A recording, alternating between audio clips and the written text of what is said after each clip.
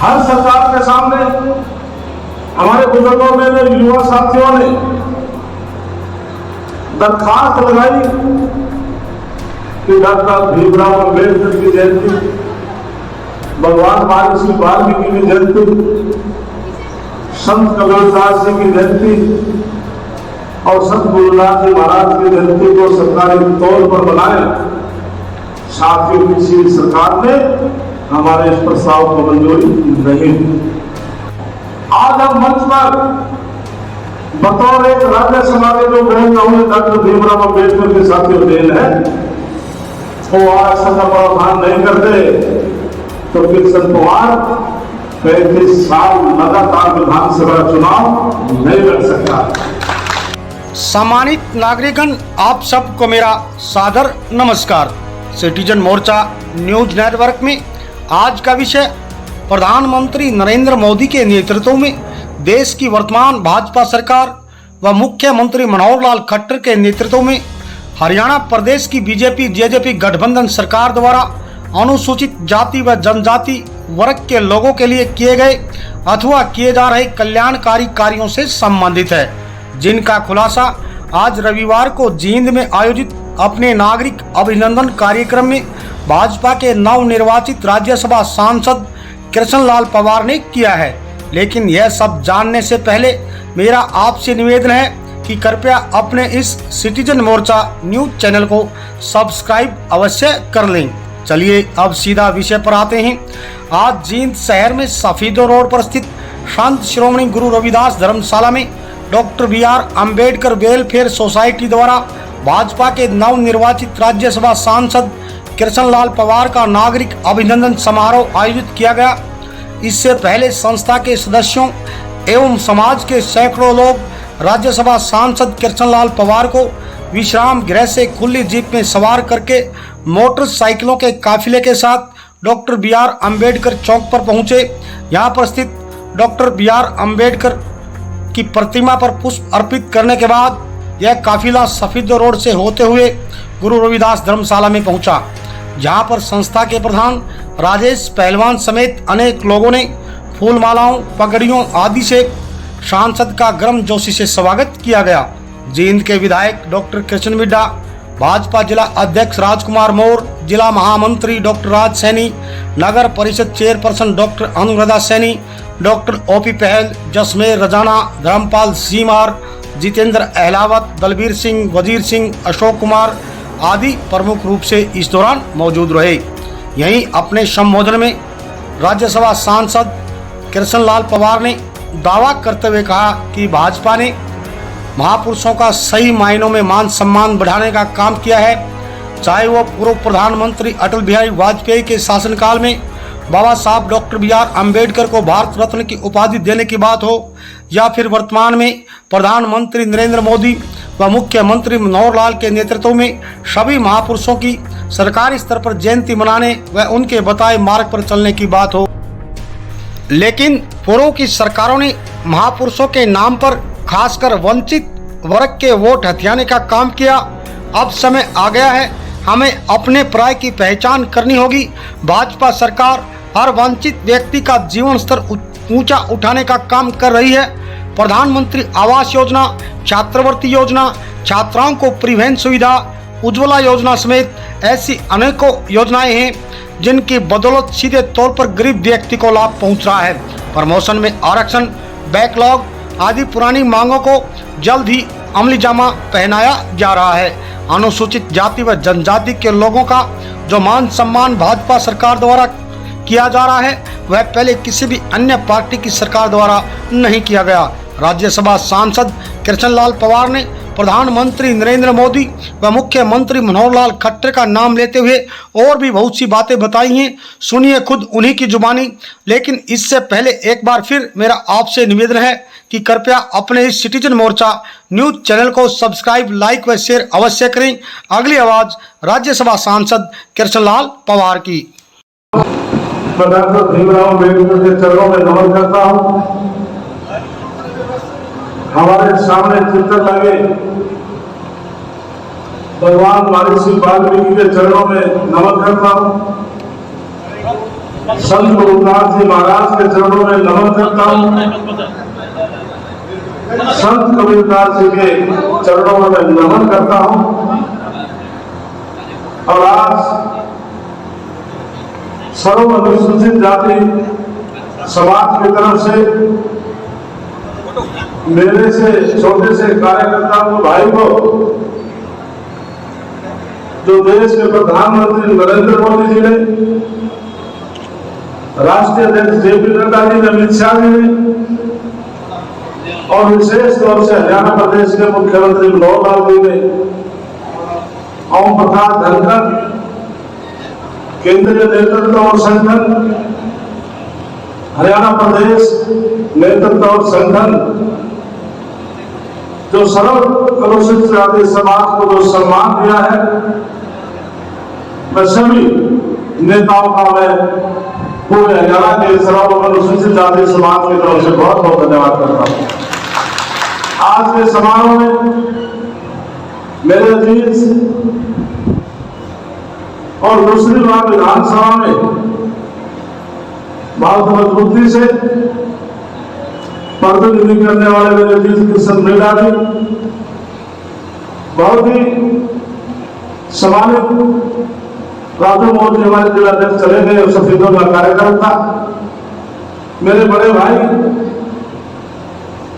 और जिला चीन के पूर्व जिलाध्यक्ष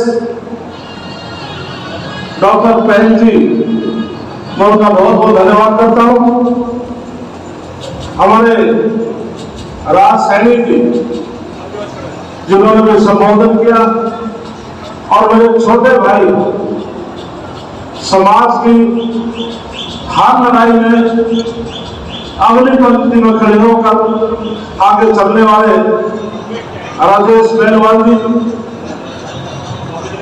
जींद नगर परिषद की चेयरपर्सन बेटे अनुराधा,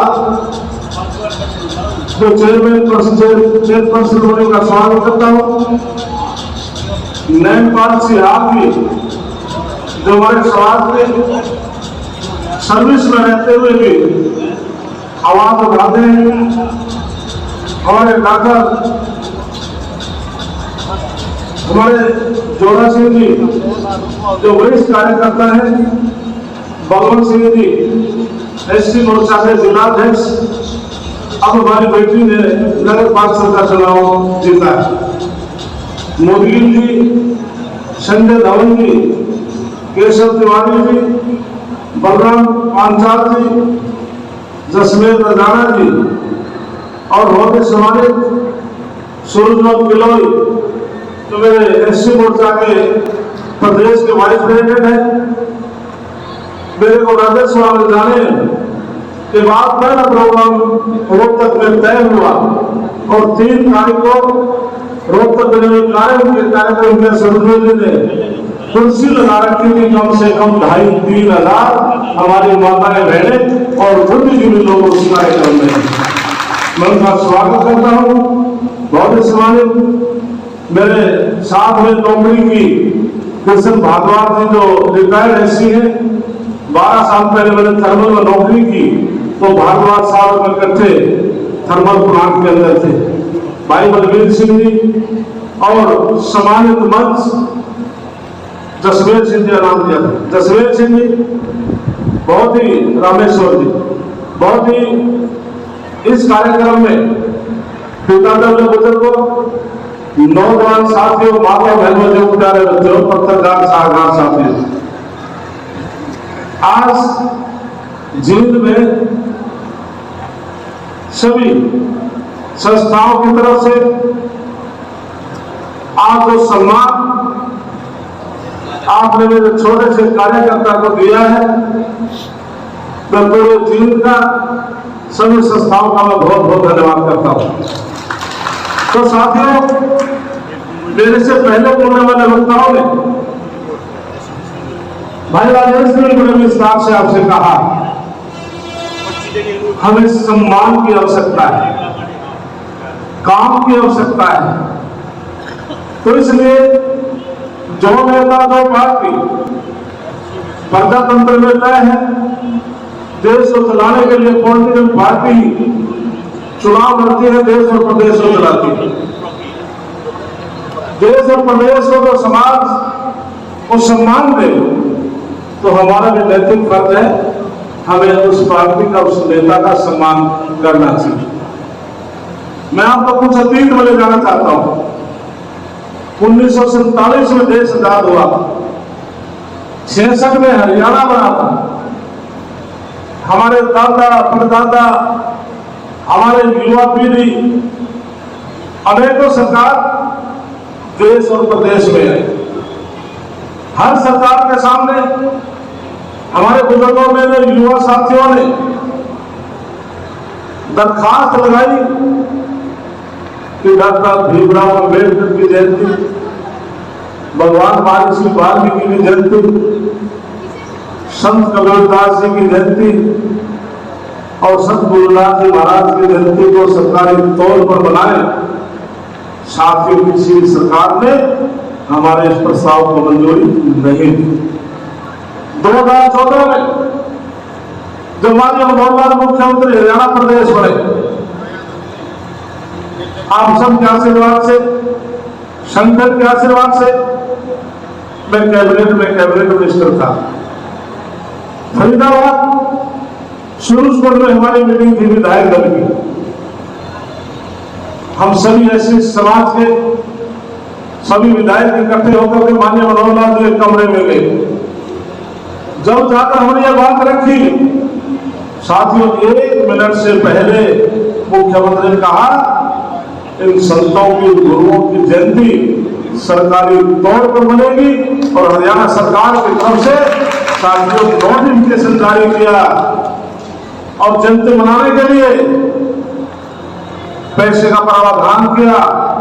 आज पूरे हरियाणा प्रदेश में डॉक्टर भीमराव अम्बेडकर जयंती है, संत गुरुनाथ जी महाराज जयंती है, भगवान महर्षि वाल्मीकि जयंती है, संत कबीरदास जयंती है।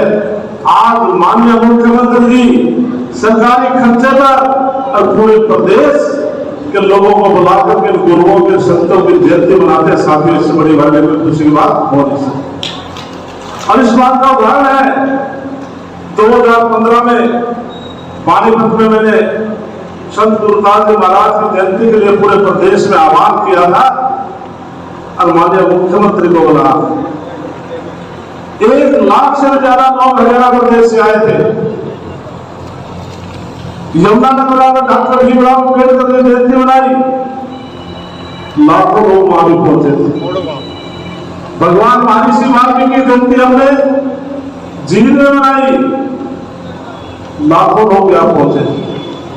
संत कबीरदास जी की जयंती पहले साल में मनाई और पिछले महीने की 12 तारीख को रोहतक में मनाई, जिसके मुख्य अतिथि माननीय मनोहर लाल जी।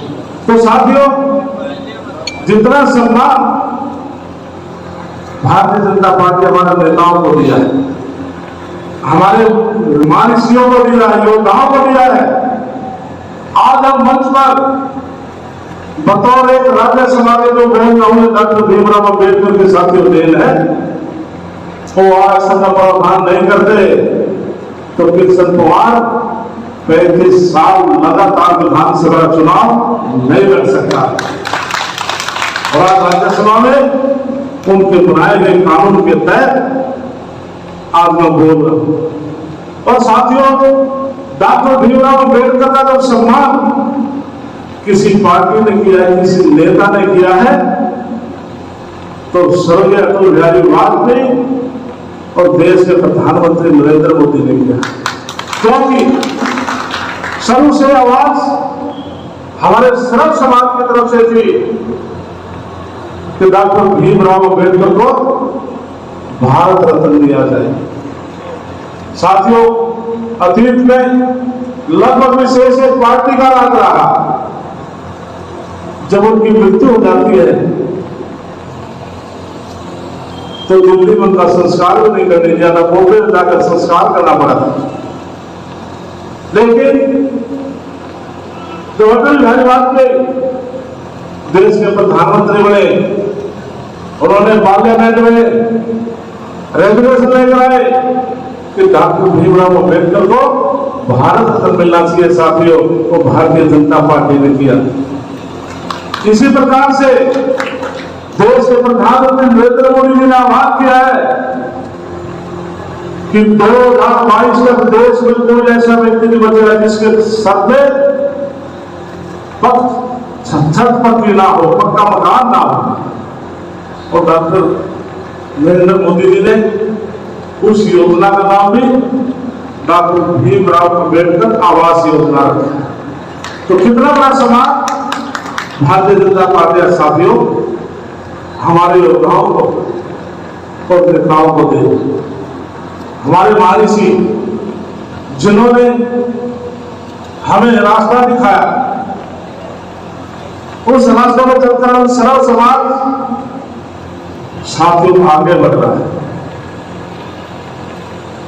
इसके लिए जो डॉक्टर भीमराव अम्बेडकर ने आपको मूल मंत्र दिया,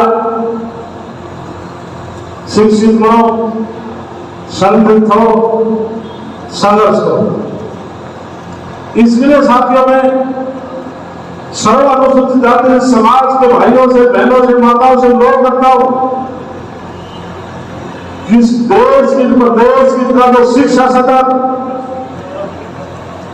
ऊंचा होगा, समाज में शिक्षित बच्चे होंगे तो उसी देश की, प्रदेश की, समाज के साथियों पहचान होगी। और ये आने वाली जनरेशन हमारे देश का जो भविष्य है वो देश का एक अच्छा नागरिक बनेगी। इसके लिए आप हम तो मेहनत करते हैं, लेकिन सरकार की भी बराबर की जिम्मेवारी बनती है कि हमारे बच्चों को अच्छी शिक्षा दीक्षा मिले। उसके लिए हरियाणा सरकार ने शिक्षा नीति बनाई है और माननीय प्रधानमंत्री ने घोषणा की थी, लागू करके दिखाया है कि पूरे हरियाणा प्रदेश में कोई झील से या किसी गांव से हमारी बेटी 20 किलोमीटर से ज्यादा सफर तय करके कॉलेज में नहीं जाएगी। हर 20 किलोमीटर के एरिया में गवर्नमेंट गर्ल कॉलेज होगा या प्राइवेट गर्ल कॉलेज होगा। पूरे प्रदेश में आप कहीं भी देखेंगे 20 किलोमीटर से ज्यादा कोई कॉलेज नई बेटी को जाना पड़ेगा। जब मैं परिवहन मंत्री था, मेरे पास चिट्ठियों आपके द्वारा चिट्ठियों के माध्यम से सुझाव जाते थे, मांग पत्र जाते थे कि हमारी जो बेटियां हैं जो यूनिवर्सिटी तक जाती है, कॉलेज तक जाती है, बसों में जाती है, बहुत अपमानित होना पड़ता है। जिस बस में हमारी बेटियां चलती है लड़के उसी में घुस जाते थे। लेकिन मैंने मुख्यमंत्री से बात करके पूरे हरियाणा प्रदेश में 150 ऐसे रूट चयन किए, गांव से शहर से हमारी बेटियों को परिवहन विभाग की बस लेकर जाती है, कॉलेज तक छोड़ती है, यूनिवर्सिटी तक छोड़ती है, वापसी उनके घर छोड़ती है। ऐसा काम मैंने शुरुआत की थी सारी। और एक समस्या सबसे बड़ी थी, हरियाणा प्रदेश की कोई भी हमारी बेटी बस के अंदर जब सफर तय करती थी तो 60 किलोमीटर के बाद उसको बस में किराया देना पड़ता था। लेकिन कई बार पैसा ना मिलने की वजह से हमारी बेटी घर में रह जाती थी, क्योंकि उसके माता पिता के पास किराया देने के लिए पैसा नहीं था। उस बेटी के कई इलेक्शन शॉर्ट हो जाते, जब एग्जाम आता तो उसको रोडों पर सुनी जाता, बेटी फेल हो जाती थी। लेकिन वो बेटी सरल कराए किसी को ये नहीं बताती थी कि मेरे माता पिता के पैसे की वजह से मैं कॉलेज नहीं जा सकती। जब ये बात मेरे सामने आई, तुरंत मैंने मुख्यमंत्री से बात करके ट्रांसपोर्ट विभाग की मीटिंग बुलाकर तय कर दिया कि कोई भी बेटी जींद से किसी कॉलेज में जाएगी, यूनिवर्सिटी में जाएगी, 150 किलोमीटर तक हमने फ्री अलाउ कर दिया। 7 किलोमीटर की बजाय 150 किलोमीटर का आज हमारी बेटियां सफर कर सकती है, किराया नहीं देना पड़ेगा। इसलिए हमारी जो बेटियां देश का उज्जवल भविष्य, पहले हमारी बेटियों को पढ़ाने जाता था, आज आप आईटी सेल में देख ले, आईएएस देख ले, आईपीएस देख ले, आईआरएस देख ले, आईआईटी में देख ले, मिलिट्री में देख ले, पायलट देख ले। आज हमारी बहनें और बेटियां अग्रणी होकर देश के लिए काम कर रही हैं। तो इसलिए हमें अपने बेटियों को पढ़ाना चाहिए। दूसरा साथियों, जो हमारा सर्व समाज है, गरीब व्यक्ति हर समाज में, उस गरीब आदमी को कितनी कठिनाइयों से अपना सामना करना पड़ता था। हम जाने जाते हैं बीपीएल के लिए, हमारी बहनें हमारे सामने खड़े हो जाते हैं कि मेरा बीपीएल में नाम था, अब काट दिया गया है। तो साथियों, इसमें बड़े बड़े दलाल उस गरीब आदमी का खून चूसते थे, पैसे लेते थे। लेकिन अब मुख्यमंत्री जी ने पूरे हरियाणा प्रदेश में फैमिली की आईडी बनवाई है और तय कर दिया, जैसे दीनदयाल उपाध्याय ने मूल मंत्र दिया था, तो लाइन नस्ल से पिछड़ा व्यक्ति आगे कैसे बाहर जाए। 1,80,000 से इनकम जिसकी कम है, ऑटोमेटिक सर्वे चल रहा है, ये अगस्त तक कंप्लीट हो जाएगा। तो जिसकी 1,80,000 से इनकम कम है, तो किसी भी समाज से, उसको ऑटोमेटिक बीपीएल का कार्ड उसका बना दिया जाए। कई दफ्तर में फॉर्म भरने की जरूरत नहीं, चक्कर काटने की जरूरत नहीं है। आप पेंशन की बात करें, पेंशन के लिए भी आप दफ्तर में चक्कर काटते हैं, सारा सर्वर बैठे रहते हैं। गरीब आदमी सुबह जाता, शाम को वापसी आता। अब 1,80,000 तो है, लेकिन इसमें तय किया है जिस दिन 60 साल उम्र है हमारे बुजुर्ग की, माता बहन की हो जाएगी, उससे 1 महीना पहले समाज कल्याण विभाग अधिकारी घर आकर के फार्म पर साइन कराएगा, वो उठा लगवाएगा। जिस दिन 60 साल उसकी उम्र पूरी हो जाएगी, उसके खाते में ऑटोमेटिक उसकी पेंशन भेज दी जाएगी, फार्म भरने की जरूरत है। इसी प्रकार से आयुष्मान भारत कार्ड को प्रधानमंत्री ने बनाया, 5 लाख आपका बीमा किया, उसमें भी 1,80,000 से जो कम वाले कवर होंगे। पूरे देश में करोड़ों लोग पैसे के अभाव की वजह से इलाज नहीं करा पाते थे, मृत्यु हो जाती थी।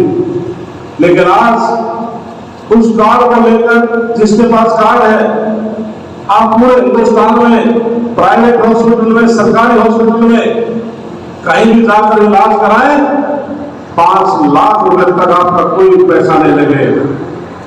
उसका भी हम उस आईडी के माध्यम से, जो 1,80,000 से कम है, हम उसका आयुष्मान भारत कार्ड बनाए। मकान की बात भी थी, पहले 21,000, 31,000 में कोई मकान बनता है। जब 2014 में माननीय मुख्यमंत्री जी आए, राशि को बढ़ाया। अब सरकार दोबारा बनने के बाद बीपीएल परिवार का कोई भी व्यक्ति, बहन, उसका मकान मंजूर होता है तो सरकार की तरफ से, हरियाणा सरकार की तरफ से 2.5 लाख रुपए उस मकान के लिए दे जाते हैं। और मकान मरम्मत के लिए केवल 10,000 रुपये मिलते थे, उसको राशि को बढ़ा करके 80,000 रुपये कर दिया। इसी प्रकार से हमारी जो अनुसूचित जाति की बहन विधवा है, उसकी कन्यादान राशि के लिए 11,000, 21,000 पैसा मिलता था। 2014 में जब कैबिनेट में आए, उस राशि को बढ़ा करके 50,000 करवाए। और दोबारा मुख्यमंत्री जी आए हैं, उस राशि को बढ़ा करके 71,000 रुपये उस अनुसूचित जाति की जो विधवा बहन है उसकी लड़की की शादी के लिए मिलेंगे। और समाज कल्याण के अधिकारी शादी वाले दिन घर आकर के चेक देकर जाएंगे, ऐसा माननीय मनोरमा देने की। और साथियों, देश के प्रधानमंत्री नरेंद्र मोदी जी पूरे देश में जो हमारी माताएं बहनें सोच के लिए बाहर जाती थी, हमें बहुत शर्मिंदा होना पड़ता था, लेकिन देश के प्रधानमंत्री नरेंद्र मोदी ने पूरे देश में आह्वान किया कि कोई भी हमारी माता बहन सोच के लिए घर से बाहर नहीं जाएगी। पूरे देश में 6 करोड़ शौचालय मोबाइल, 6 करोड़, कितना बड़ा काम किया। इसलिए 2014 में देश के प्रधानमंत्री नरेंद्र मोदी जी प्रधानमंत्री बने। मेरे पास परिवहन, आवास और जेल मंत्रालय था। जो पावर बिजली का जो महकमा था मुख्यमंत्री के पास था। मुख्यमंत्री ने मुझे आदेश देते थे कि विधानसभा में आपने रिप्लाई देना है, तो पावर के रिप्लाई विधानसभा मुख्यमंत्री तरफ से मैं देता। All India power minister conference में मुझे कई बार पीयूष गोयल पावर मिनिस्टर थे, आर.के. सिंह पावर मिनिस्टर थे। जो पहली हमारी मीटिंग हुई 1947 में देश आजाद हुआ, कितनी सरकारें बनी, 18,000 ऐसे गांव थे जिनमें बिजली भी नहीं थी। नरेंद्र मोदी जी ने मीटिंग बुलाकर कहा, कैबिनेट में पावर मिनिस्टर को अधिकारियों को निर्देश दिए 1 साल के अंदर अंदर 18,000 गांव में बिजली डाली थी। और भारतीय जनता पार्टी सामने ऐसी पार्टी है जो राष्ट्रपति की उम्मीदवार बनाई है आदिवासी परिवार से। द्रौपदी मुर्मू, उसके गांव में बिजली की लाइट नहीं थी, वो भी उसी कड़ी में एक थी। एक आदिवासी परिवार की स्टूल ट्राइब की हमारी बहन को राष्ट्रपति पद के लिए चुना है। द्रौपदी मुर्मू जी चंडीगढ़ आई थी, हम सभी सांसद और विधायक के संविधान में बीच में बैठे। जब उसने अपनी पिछली बैकग्राउंड बताई, साथियों रोंगटे खड़े हो जाते हैं। उसने कहा, जिस गांव में मैं रहती हूं उस गांव में न कोई बिजली थी, ना कुछ सुविधाएं थी। मैं कच्चे से छोटे से मकान में मेरे पिताजी मजदूरी करते थे, अनपढ़ थे, तो मेरे गांव में 7वीं क्लास तक का स्कूल था।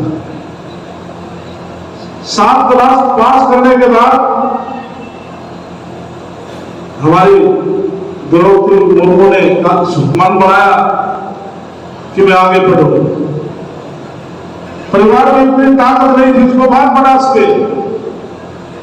वो मजदूर अपने पिता को लेकर के बहुत दूर शहर में गई, वहां पर चक्कर काटे, किसी ने उसका दाखिला नहीं करवाया।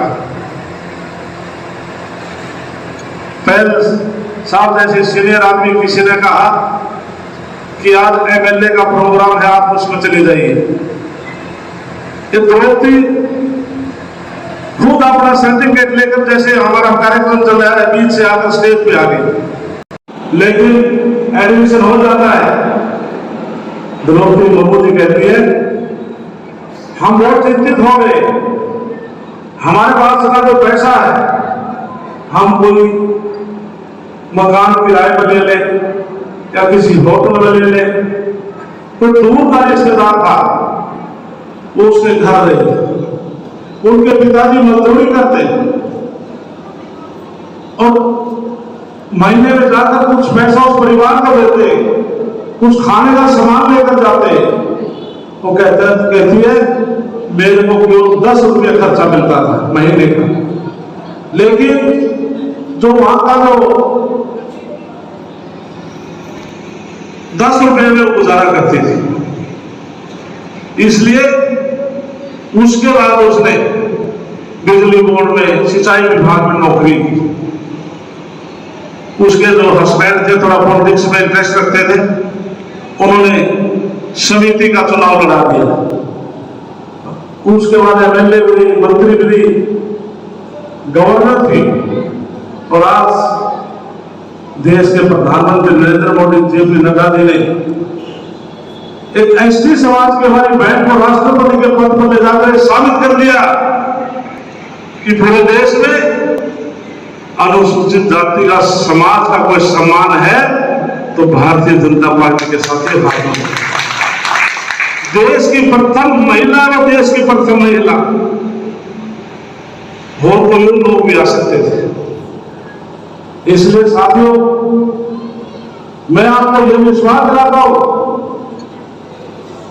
कि केंद्र नेतृत्व में, प्रदेश नेतृत्व में ये जो आपके सर पर सम्मानित जो पगड़ी जो बांधी है, तो भरी पंचायत में आपको मैं विश्वास दिलाकर जाता हूं, पार्टी ने बड़ा सोच समझकर आपके सर पर ये पगड़ी बांधी है। मैं आपके दम पर यह विश्वास दिलाता हूं केंद्रीय नेतृत्व, प्रदेश नेतृत्व को, मैं सम्मानित पगड़ी को झुकने नहीं दूंगा, सम्मान बढ़ाने का काम करूंगा। ये केवल आपके बलबूते पर। तो मैं आपसे यही अपील करता हूं, अपने के पहराए के साथियों पहचान करो। हमने भावना भाव उठे करके हमने लाइन नहीं खींचनी है, हमने लाइन खींचनी है कि कौन नेता, कौन पार्टी हमारा सम्मान करती है, समाज के साथ चलती है, हमने ऐसा फैसला करना है। और माननीय मुख्यमंत्री जी ने जब 12 तारीख को रोहतक में संत कबीरदास जी की जयंती थी, मैं उनके पास बैठा था, तो संत कबीरदास समाज की तरफ से एक मांग पत्र आया कि संत कबीरदास भवन में लाइब्रेरी बनाई जाए। तो मैंने मुख्यमंत्री से प्रार्थना करी, मुख्यमंत्री जी, संत कबीरदास जी, भगवान महर्षि वाल्मीकि जी, संत गुरुनाथ जी महाराज, डॉक्टर भीमराव अम्बेडकर, एक शहर तक क्यों सीमित रखो? आप सर्वनुसूचित जाति समाज के जो महर्षियों के जो भवन है, चाहे डॉक्टर भीमराव अम्बेडकर भवन है, संत कबीरदास भवन है, भगवान महर्षि वाल्मीकि भवन है, संत कबीरदास भवन है, आप सभी में लाइब्रेरी बनाई। उन्होंने घोषणा कर दी, सभी में लाइब्रेरी सरकार बनाएगी। फिर कहा मैंने, मुख्यमंत्री जी लाइब्रेरी आपने बना दी, बिजली की भी आवश्यकता है, ये गरीब आदमी कहां से बिजली का बिल भरेंगे? बच्चे वहां पर ट्रेनिंग लेने के लिए आएंगे, कहां से बिल भरेंगे? गरीब गरीब बच्चे परिवार के आएंगे, तो क्या करना चाहिए? माँ जी ऐसे करो, जहां लाइब्रेरी आप बनवाएंगे, आप जो सोलर का जो ऊपर प्लेटें लगती हैं, आप सोलर का प्लांट लगवा दो, तो कितने में काम चल जाएगा? मुझे पता था, क्योंकि बिजली में क्या थोड़ा सा ठीक ठाक सा मुझे पता है। माँ जी कम से कम 5 किलोवाट का हर लाइब्रेरी में सोलर पैनल लगवाओ, बैटरी लगवाओ, उसमें खर्चा कम से कम 2.5 लाख रुपया आएगा। तो मुख्यमंत्री ने यह भी घोषणा कर दी कि पूरे हरियाणा प्रदेश में जहां पर भी हमारे भवन है, सभी में सोलर के प्लांट लगेंगे, प्लेटें लगेंगी, और उसमें 75% सरकार सब्सिडी देगी, ये भी घोषणा कर दी। तो ऐसे ऐसे काम माननीय मुख्यमंत्री साथियों कर रहे हैं, सरकार कर रही है। मैं तो सरल समाज से यही प्रार्थना करता हूं, आपस में भाईचारा रखें, बच्चों को पढ़ाएं, लिखाएं, आगे बढ़ाएं, जिससे हमारा देश को नागरिक अच्छे बढ़ सके। और आज मुझे बड़ी खुशी है कि हमारे बच्चे, हमारी बेटियां आज बनकर आगे बढ़ रही है। भविष्य में भी इसी प्रकार से बढ़ती रहे। तो इस भवन में प्रधान जी ने वैसे मांग नहीं रखी, बगैर मांगे मैं खुद कहता हूं, पहले भी शाम में 2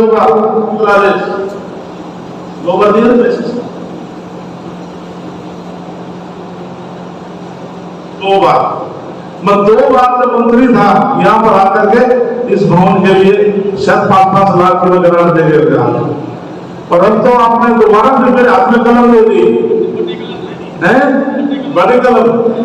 1 अगस्त को मेरी अभी ओथ हो गई, क्यों बाकी की परसों हो गई, प्रधानमंत्री से मिलकर आया था मैं भी। 31 लोगों की ओथ परसों हो गई थी, उनका कार्यकाल हो गया था।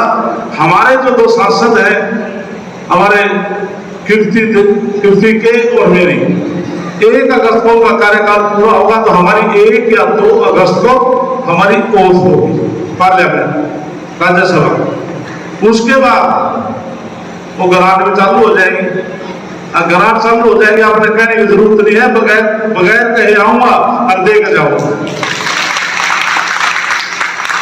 बगैर मांगे दूंगा, मांगने की जरूरत नहीं है। क्या देना मुझे पता है, इसलिए आप निश्चिंत रहे, सरकार आपके साथ है। हम सब भाई एक दूसरे से प्यार करें। तो मैं विशेष रूप से अपने जीत राजेश का और पूरे समाज का मैं बहुत धन्यवाद करता हूं। इतना भारी उत्साह के साथ आप मेरा स्वागत किया, इतनी भारी संख्या में आप मौजूद रहे, इसके लिए मैं ताजिंदगी भर आप सबका आसान बन रहूंगा और एक सेवक बन करके मैं आपकी सेवा करता रहूंगा। भारत माता की जय भीम, जय भीम, जय भीम। धन्यवाद।